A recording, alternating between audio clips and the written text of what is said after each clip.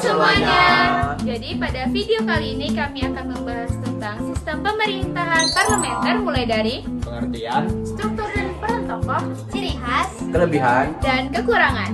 Kami berharap adanya video ini dapat menambah wawasan kalian tentang sistem pemerintahan dengan saya Syalwa Nadia Rizky, saya Maulida Syafitri, saya Rahmadani Anissa Zakia, saya Ahmad Bayi Haji, dan saya Dosen Salim. Selamat menyaksikan. Halo teman-teman, pernah nggak sih kepikiran siapa yang sebenarnya paling berkuasa dalam pemerintahan, presiden atau yang lain?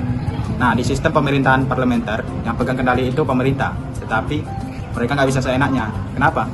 Karena harus bertanggung jawab ke parlemen.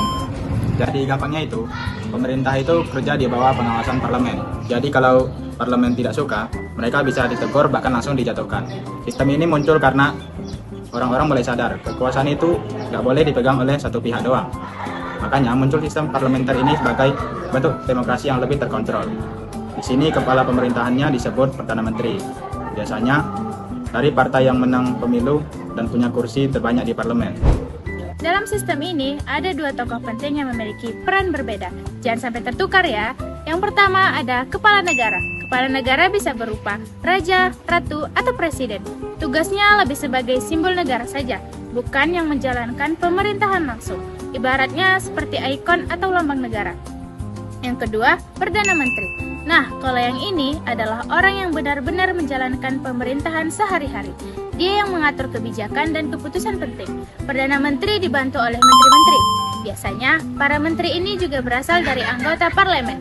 Jadi, mereka paham kondisi politik. Setiap menteri punya tugas masing-masing. Misalnya, Menteri Pendidikan mengurus pendidikan dan sekolah. Menteri Keuangan mengurus keuangan negara. Menteri Kesehatan mengurus kesehatan masyarakat. Semua menteri ini bekerja bersama dalam satu tim yang disebut kabinet. Sekarang ciri khasnya apa sih? Yang paling kelihatan hubungan antara pemerintah dan parlemen itu deket banget, nggak bisa dipisah. Setiap kebijakan pemerintah harus bisa dipertanggungjawabkan ke parlemen. Jadi nggak bisa asal bikin aturan.